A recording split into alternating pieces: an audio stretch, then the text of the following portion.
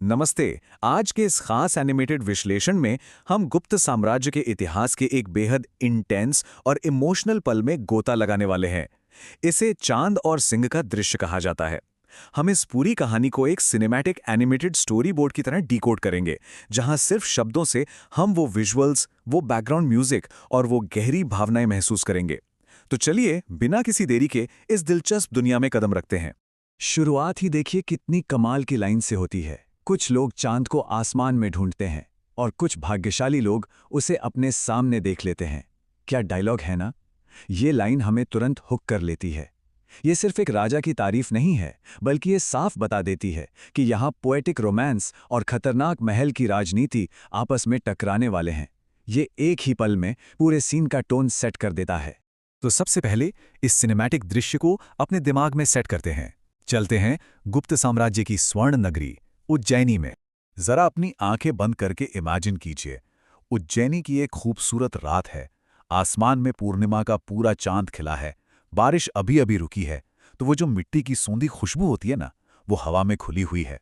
महल के बीचों बीच एक बड़ा सा कमल का तालाब है।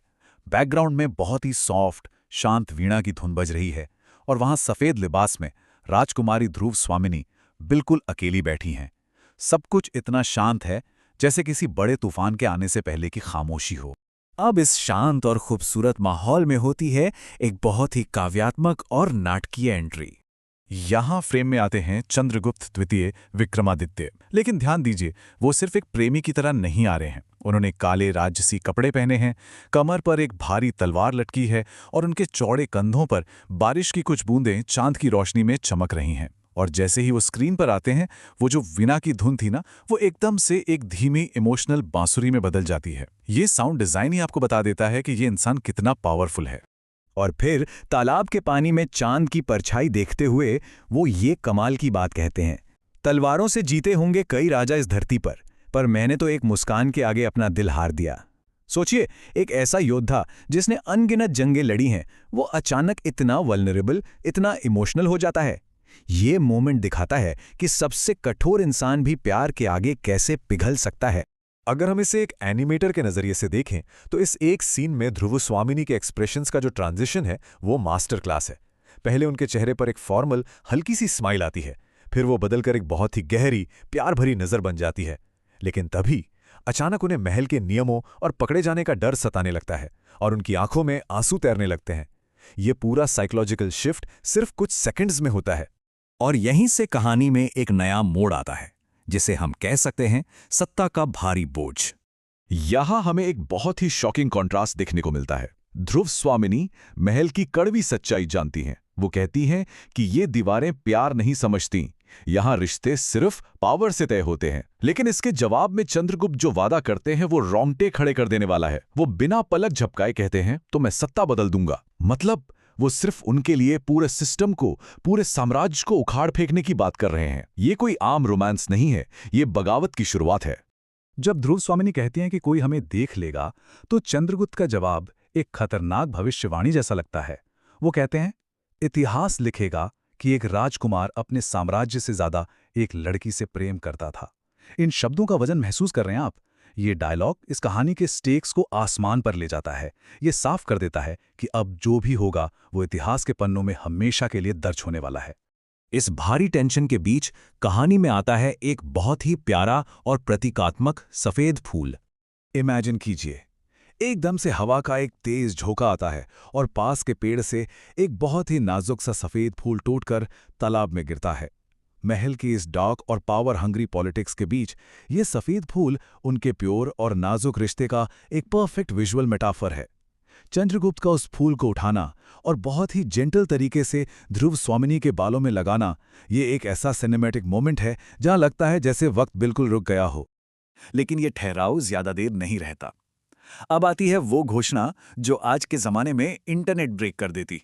ध्रुव स्वामिनी अपनी आवाज को बिल्कुल धीमा करते हुए एक कांपती हुई कानाफूसी में वो सवाल पूछ ही लेती हैं, अगर कभी मुझे और सिंहासन में से किसी एक को चुनना पड़ा तो? ये वो अल्टीमेट सवाल है जिस पर सब कुछ टिका है। पूरे गुप्त साम्राज्य का फ्यूचर इस एक जवाब पर निर्भर करता है। और चंद्रगुप्त एक सेकंड की भी देरी नहीं करते। वो पूरी इंटेंसिटी और जुनून के साथ कहते हैं, सिंहासन पर 1000 लोग बैठ सकते हैं, पर मेरे दिल में सिर्फ तुम रहोगी। क्या बात है! वो अपने प्यार को सीधे तौर पर शाही सिंहासन से ऊपर रख देते हैं। इस पल में इमोशंस अपने एकदम पीक पर हैं और स्क्रीन की एनर्जी सच में महसूस की जा सकती है। रोमांस बिल्कुल अपने टॉप पर है, लेकिन तभी कहानी में एक भयानक रुकावट आती है, एक ईर्ष्या भरा सस्पेंस। आपने फिल्मों में कट टू ब्लैक टेक्निक देखी होगी, जहां सीन अचानक से कट होता है और स्क्रीन पूरी तरह से काली हो जाती है, ताकि एक अनरिजॉल्व्ड सस्पेंस बन सके। बस यहां वही होता है। अचानक बैकग्राउंड से एक बहुत ही भारी, भयानक आवाज चंद्रगुप्त का नाम चीखती है। वो सारा कोमल और प्यारा माहौल एक झटके में कांच की तरह टूट जाता है और उसकी जगह ले लेता है एक बहुत ही रियल, बहुत ही नजदीकी खतरा। कैमरा अचानक से कट करके महल की सीढ़ियों पर जूम इन करता है। वहां खड़े हैं युवराज रामगुप्त।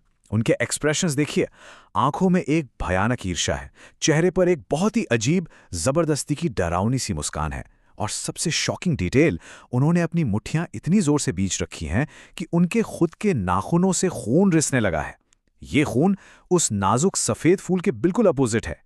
ये सिर्फ गुस्सा नहीं है, ये एक ऐसा जहर है जो सब कुछ तबाह कर देने वाला है।